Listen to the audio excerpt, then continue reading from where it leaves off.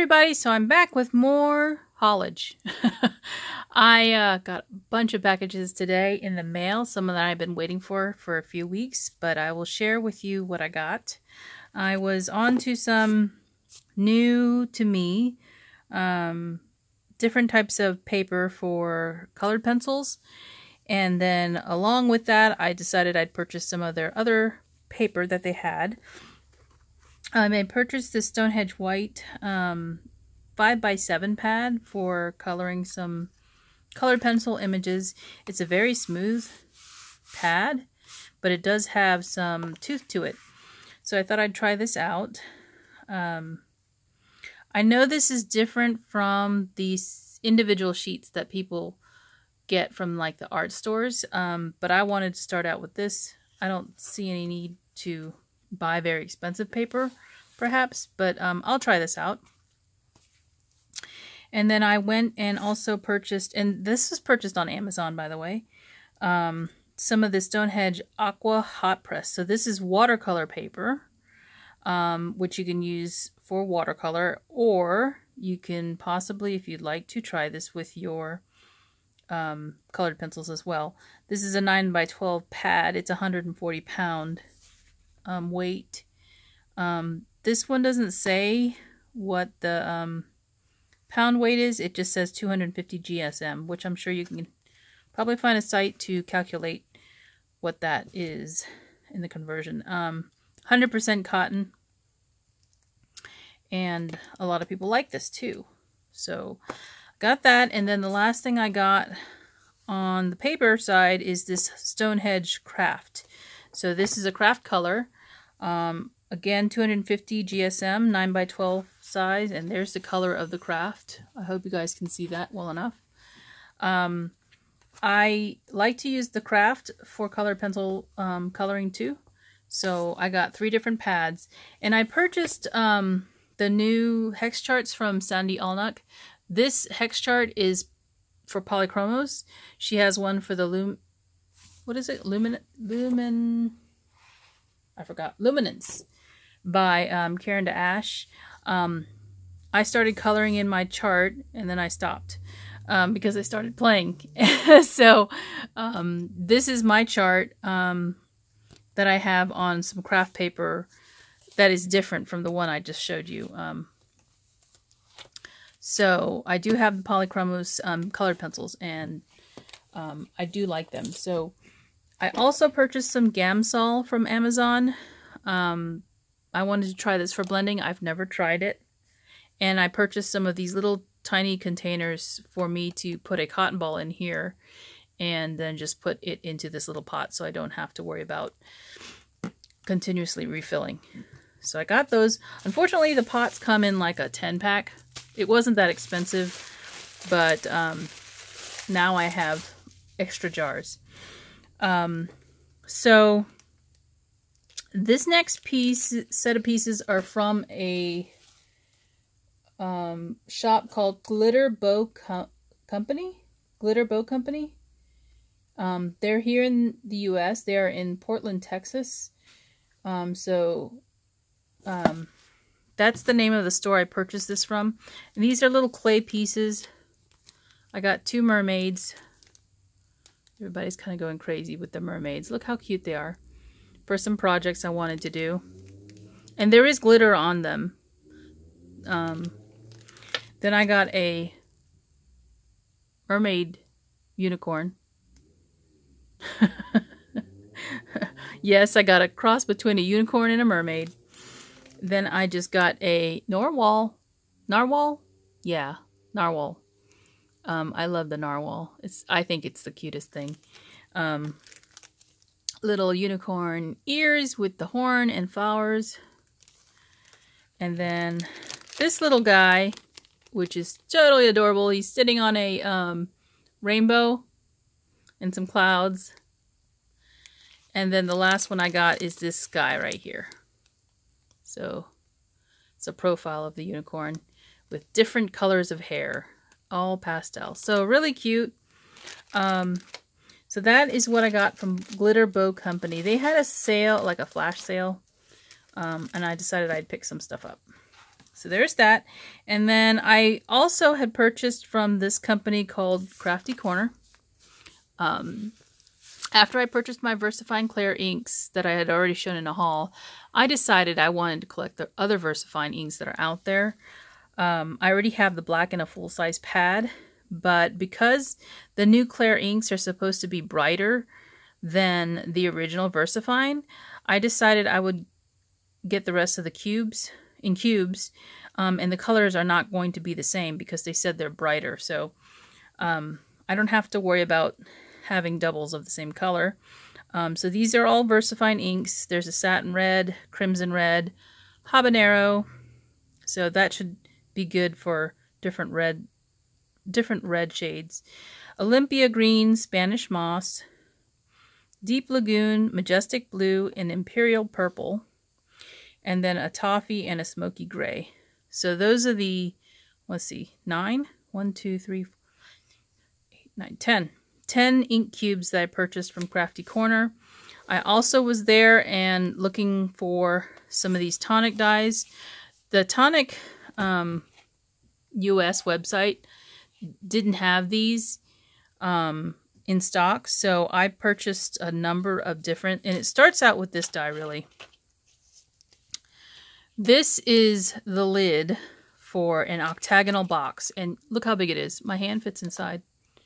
This is the shape of the lid, and then these flaps fold down, okay, and then you glue them together. So it makes a box that looks like this, an octagonal box. It's a huge box, nice for keepsakes, and it has, this particular package has 14 dies in it. So it makes a really small, not small, it makes a really nice box.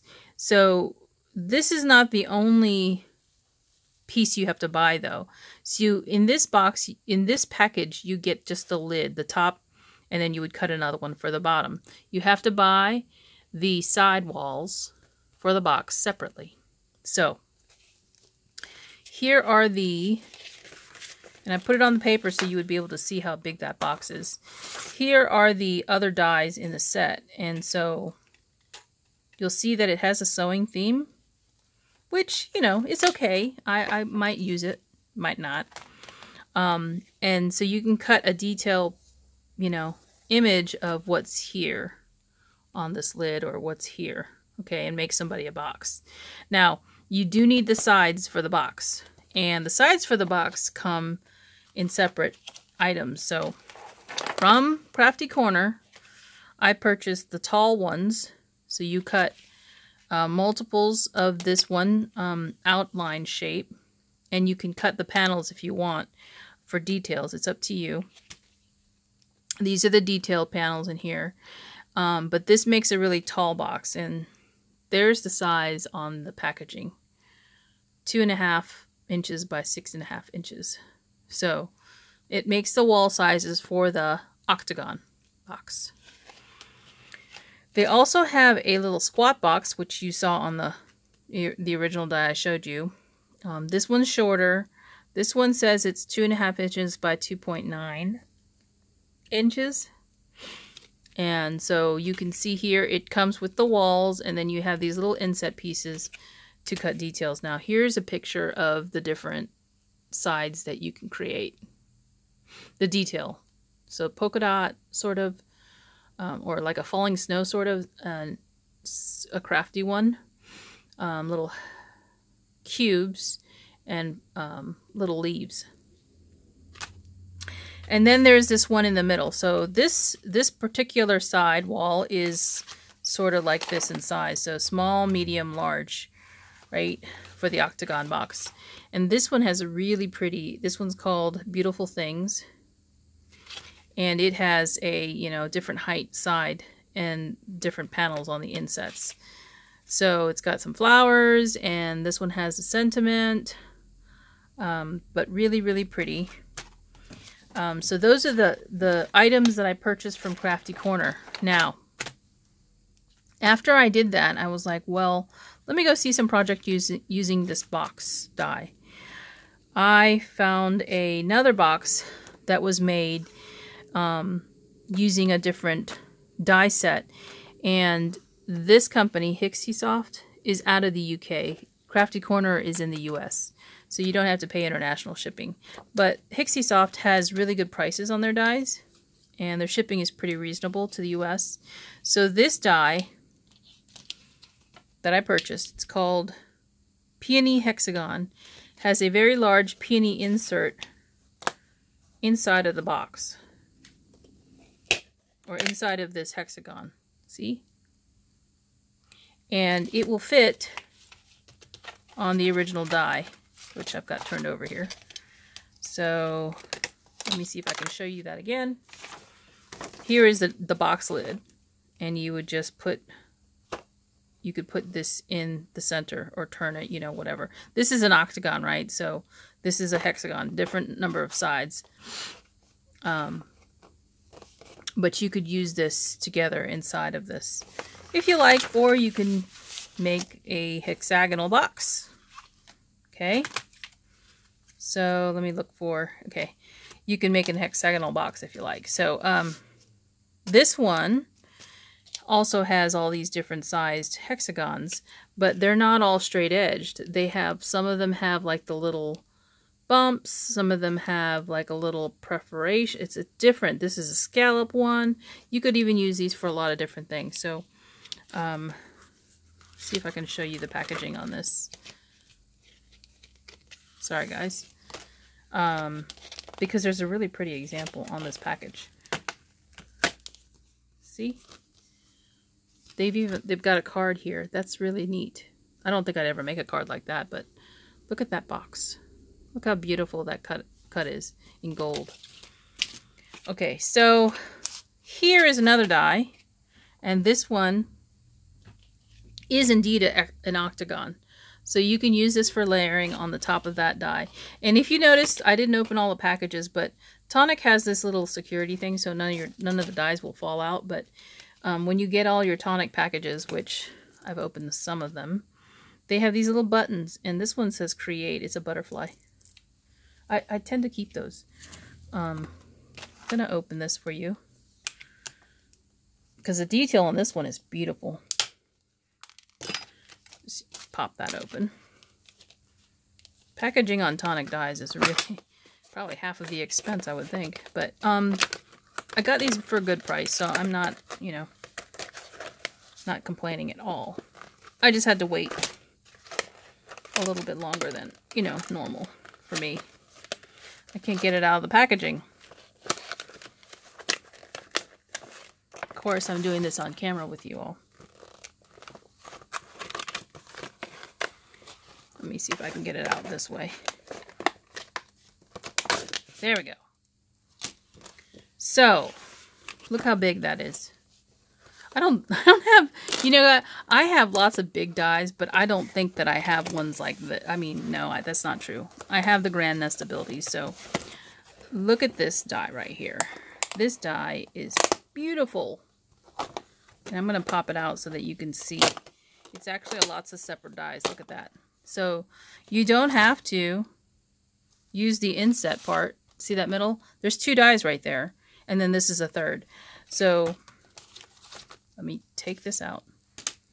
Here's the lid again of the box. And this one would fit right out in there. And this die, if you look at this die, it doesn't actually cut a hexagonal, not hexagon, octagon, right? So you would cut this first, this outer die first, and then you can place this in the center and cut this piece in detail. So it's just going to cut all these details. It won't actually cut the shape of the octagon out. Unless you put one die on there. So you notice you have, I don't know how many are in here. It says 13 Metalcraft dies. So this here doesn't show the inset in there. It just shows the outside piece that I'm showing you here. So isn't that beautiful? So of course then I got on to looking at what else Hixiesoft carried.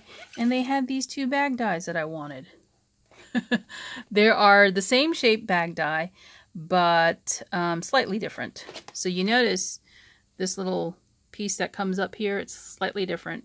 And then the detail in this one's more like lace. vintage lace, I guess. It's called Crochet Lace Gift Bag. And it has 22 dies in it. It's huge. Look how big that is. So that's like the bag part, right? Now this die, conversely, doesn't have those little extra pieces. It's just got that little scalloped edge here. And let's see. Finished gift bag size is 4.9 inches by 8.5 by 2.4. And this one has 23 dies. And it has a rose inset. So it's called Rose Petal Gift Bag.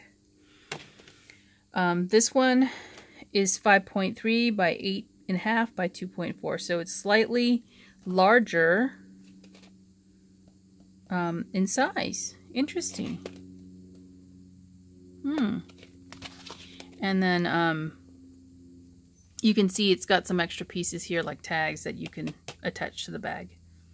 And it even has the closure, so you can put a closure on here to tuck into the bag so that it stays closed.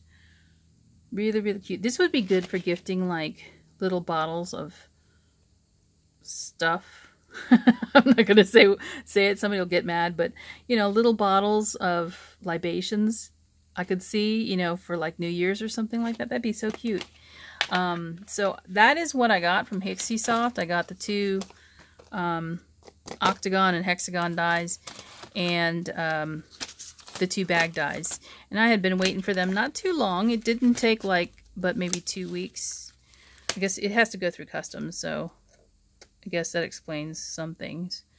But I'm happy to have these in my collection. I'm sure I have, well, I don't know if I have a Spellbinder's Nestability set that will, is a regular octagon, but I'll have to go look.